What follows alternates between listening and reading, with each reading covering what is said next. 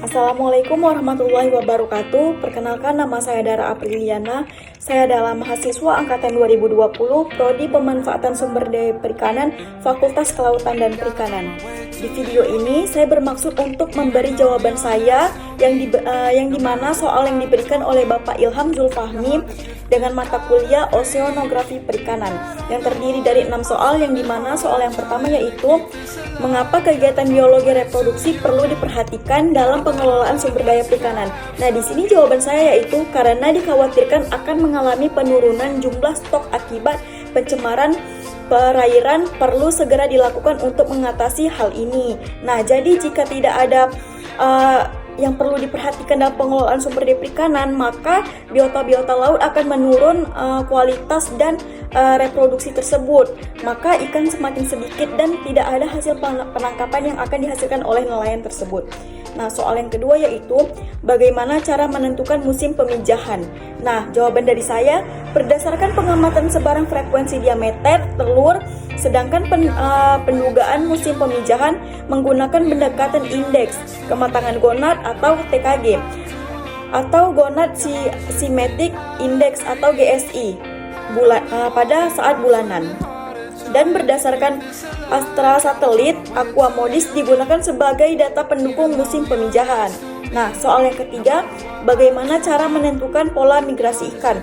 Jawaban dari saya yaitu cara menentukan pola migrasi pada ikan menggunakan faktor eksternal yang dimana berupa faktor lingkungan yang secara langsung atau tidak langsung berperan dalam migrasi ikan, maupun faktor internal atau faktor yang terdapat dalam tubuh ikan. Nah, di sini ada soal keempat, yang dimana adakah pengetahuan terkait pola migrasi ikan bermanfaat dalam upaya penangkapan ikan? Nah, jawaban dari saya yaitu bermanfaat dalam upaya penangkapan ikan karena menjadi tahu bahwasannya ikan dapat berada di air tawar melakukan migrasi ke air asin untuk melakukan pemijahan dan sebagainya.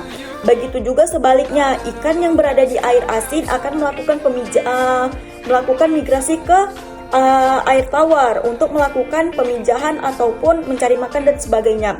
Dengan adanya pola migrasi ikan, nelayan dapat memprediksi ikan sedang berada di mana.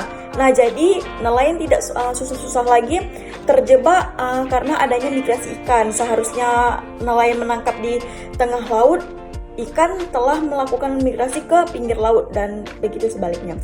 Nah, soal yang kelima yaitu apakah perubahan faktor fisik dan kimia laut dapat mempengaruhi pola migrasi ikan? Jawaban dari saya yaitu dapat terjadinya karena adanya pencemaran, salah satunya yaitu pencemaran bahan organik. Tingginya kandungan bahan kimia dan mempengaruhi aktivitas kehidupan serta kegiatan migrasi pada ikan. Nah, jadi dalam perubahan faktor fisik dan kimia laut sangat dapat mempengaruhi migrasi ikan. Ikan jadi terganggu gitu karena adanya kimia laut tersebut, seperti kayak zat-zat kimia menguap, adanya kandungan kimia yang tinggi dan itu sangat mempengaruhi aktivitas ikan untuk bergerak maupun kehidupan ikan. Nah, di sini jawaban soal yang terakhir yaitu bagaimana strategi adaptasi ikan terhadap perubahan kondisi lingkungan laut yang mungkin terjadi, contohnya seperti pemanasan global atau perubahan iklim. Nah, di sini jawaban dari saya adalah cara ikan beradaptasi dengan adanya perubahan iklim yaitu penyeimbangan tubuh dengan kadar garam yang tinggi di dalam air laut tersebut agar ikan dapat bertahan hidup. Jadi, ikan tersebut dapat melindungi dirinya dengan menyeimbangkan tubuhnya dengan kadar garam yang ada di dalam laut atau air asin tersebut. Nah, jadi itu jawaban dari saya. Jika ada kekurangan saya mohon maaf. Semoga Bapak Ilham Zulfahmi dapat mengerti jawaban yang saya berikan. Jika ada kesalahan saya sekali lagi mohon maaf karena saya juga lagi dalam proses pembelajaran. Jika ada kekurangan dan sekali lagi saya memohon maaf. Assalamualaikum warahmatullahi wabarakatuh.